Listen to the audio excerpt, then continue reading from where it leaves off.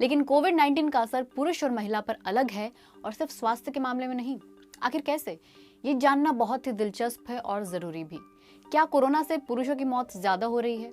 जी हाँ, सबसे बड़ा अंतर सामने आया है इस वायरस से महिलाओं और पुरुषों की मृत्यु दर में। अमेरिका में महिलाओं की तुलना में दोगुने पुरुषों की मौत हुई है। पश्चिमी यूरोप में संक्रमित लोगों में से 69% पुरुषों की मृत्यु हुई। चीन में और बाकी जगहों पर देखने को मिला। ये अंतर क्यों है? इस पर रिसर्च चल रही है, लेकिन अभी वजह स्पष्ट नहीं है। यूनिवर्सिटी ऑफ ऑक्सफोर्ड के इम्यूनोलॉजी के प्रोफेसर फिलिप गुल्डर कहते हैं कि एक थ्योरी ये है कि इस वायरस पर महिलाओं का इम्यून रिस्पांस पुरुषों के मुकाबले बेहतर है। अक्सर वैक्सीन और इन्फेक्शन को लेकर महिलाओं में पुरुषों की अपेक्षा ज्यादा प्रभाव देखा गया है। इसकी एक वजह यह है कि महिलाओं में 2 एक्स क्रोमोसोम्स होते हैं और पुरुषों में 1। प्रोफेसर फिलिप गुल्डर कहते हैं कि जिस प्रोटीन से कोरोना वायरस सेंस किया जाता है वो एक्स क्रोमोसोम पर होता है, तो जाहिर है कि महिलाओं के इम्यून सेल्स में ये प्रोटीन पुरुषों के मुकाबले डबल है। तो प्रोफेसर फिलिप गुल्डर का मानना है कि इसलिए कोरोना पर महिलाओं का इम्यून रिस्पांस बेहतर है। एक और वजह उन्होंने बताई और वो है महिलाओं और पुरुषों के लाइफस्टाइल में अंतर।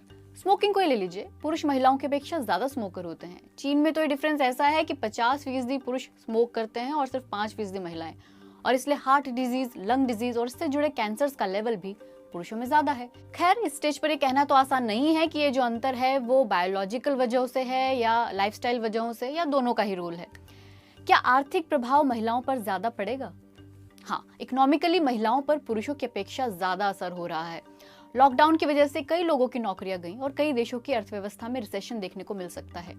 यूं तो किसी रिसेशन की स्थिति में पुरुषों पर ज्यादा असर पड़ता है, क्योंकि पुरुष ऐसी इंडस्ट्रीज में काम करते हैं जो इकोनॉमिक साइकिल के ज्यादा करीब होती हैं, जैसे कंस्ट्रक्शन और मैन्युफैक्चरिंग।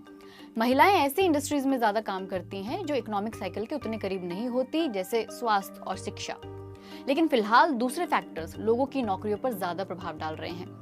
जर्मनी में मैनहाइम यूनिवर्सिटी की अर्थशास्त्री मिशेल टर्टिल्ट ने अमेरिका पर इसका असर देखा। अमेरिका में मार्च महीने में 14 लाख लोग बेरोजगार हो गए।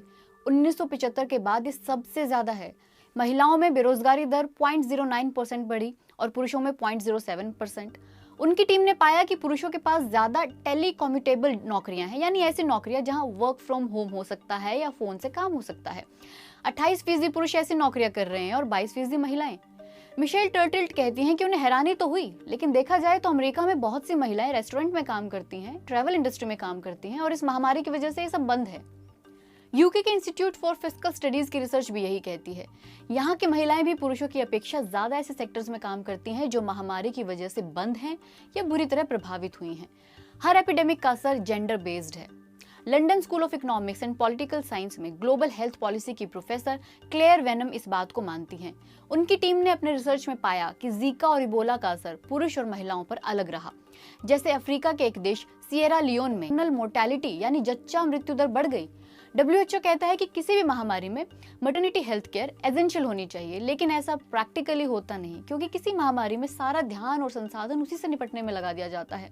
रूटीन मेडिकल सर्विस ठीक से नहीं चल रही होती और इसका असर सबसे पहले मैटरनल हेल्थ सर्विस पर पड़ता है। घरेलू हिंसा की रिपोर्ट्स भी इस महामारी की वजह से बढ़ी हैं। फ्रांस में लॉकडाउन के पहले हफ्ते में ही 1/3 केस